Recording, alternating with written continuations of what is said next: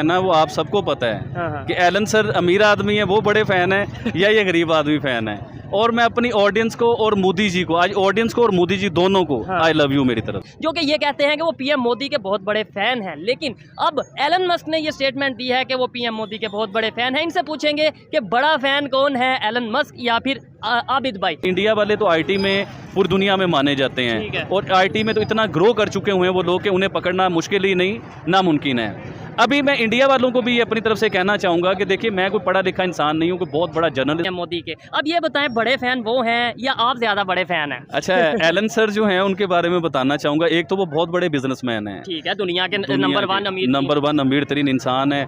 गाड़ियाँ बनाते हैं, इंडिया में वो अपने प्रोजेक्ट लगा रहे हैं, उधर ठीक है। गाड़ियों की इंडस्ट्रियाँ लगाएंगे, गाड़ियाँ बनेगी। देखिए इससे तो साबित ये हो रहा है ना कि इंडिया को फ़ायदा मिलेगा और एलन सर जो है उन्हें भी फ़ायदा मिलेगा। जब उधर इंडस्ट्रियाँ लगेंगी, गाड़ियों के सिलसिले होंगे तो एलन सर को भी फ़ायदा मिलेगा। लेकिन आबिद अली जो हैं उनको कोई फ़ायदा नहीं है, ना उन्होंने इंडस्ट्री लगानी है इंडिया में, ठीक है। ना उन्होंने कोई बिजनेस करना है इंडिया के साथ, उन्हें कोई भी फायदा नहीं है। और एलन सर की एक और बात बताओ, जितनी आपकी मेरी अभी तक बात हुई है ना, इतनी देर में वो इतना पैसा कमा सकते हैं कि जो मैं 10 सालों में भी नहीं कमा सकता हूँ। ठीक है, तो सही उनके साथ मेरा मुकाबला नहीं बनता। लेकिन मैं अपनी ऑडियंस पे ये बात छोड़ता हूँ, आप बताइए मोदी साहब जो हैं उनका ज़्यादा बड़ा फ़ैन मैं हूँ या एलन सर हैं? अब आप बिजनेसमैन को देख लीजिए या एक सिंपल इंसान को देखने। हाँ, चले ये देखने वाले बताएंगे कौन बड़ा फैन है और क्या मामला है। अच्छा ये बताएं कि जिस तरीके से वहाँ पे गए हैं, इंडिया के प्राइम मिनिस्टर गए हैं और वो बिजनेस के हवाले से डील कर रहे हैं, एलन मस्क को मिले हैं और एलन मस्क ने भी बड़ी स्टेटमेंट दी है, फैन हूँ। क्या आपको लगता है कि आने वाले दिनों में टेस्ला बहुत तेजी से इंडिया में बिजनेस करने जा रही है? जी सर, वो बिजनेस इस लेवल पे करने जा रहे हैं। मैंने ना अपनी लास्ट कुछ वीडियोस में बताया था कि आने वाला टाइम जो है ना चाइना के लिए ख़राब है, इंडिया के लिए बड़ा ज़बरदस्त गोल्डन जो है ना आने वाला टाइम है।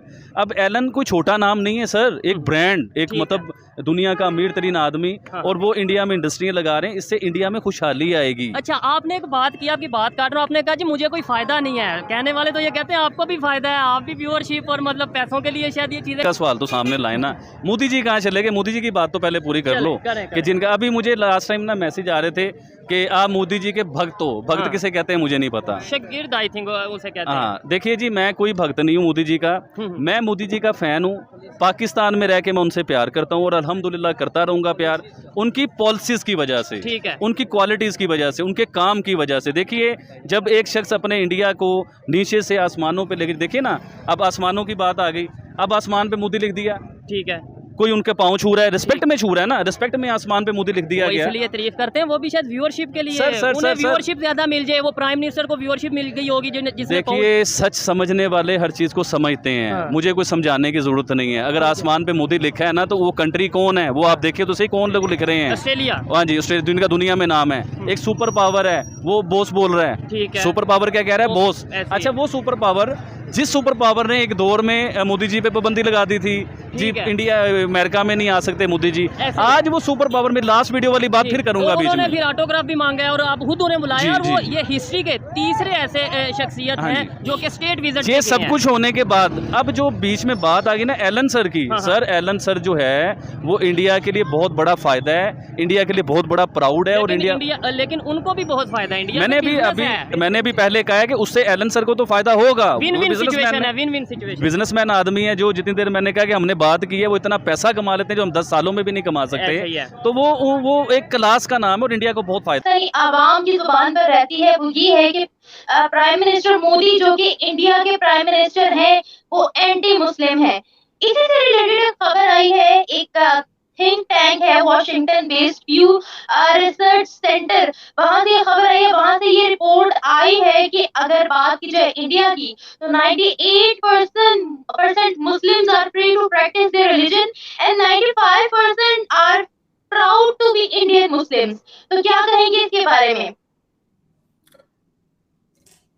अब proud to be Indian Muslim या प्राउड टू बी इंडियन होने का कोई वो तो है, ये सब है भाई हमारे। देखिए भारत सदियों से, मुझे तो समझ ही नहीं आता ये पाकिस्तान का प्रोपेगेंडा कि भाई हमारे यहाँ पे मुसलमानों का जिनोसाइड हो रहा है, उनकी हत्याएं की जा, ये कौन सा मानसिकता है? कोई क्यों मार देगा कि आपसे मुसलमान इसलिए हम आपके दुश्मन है?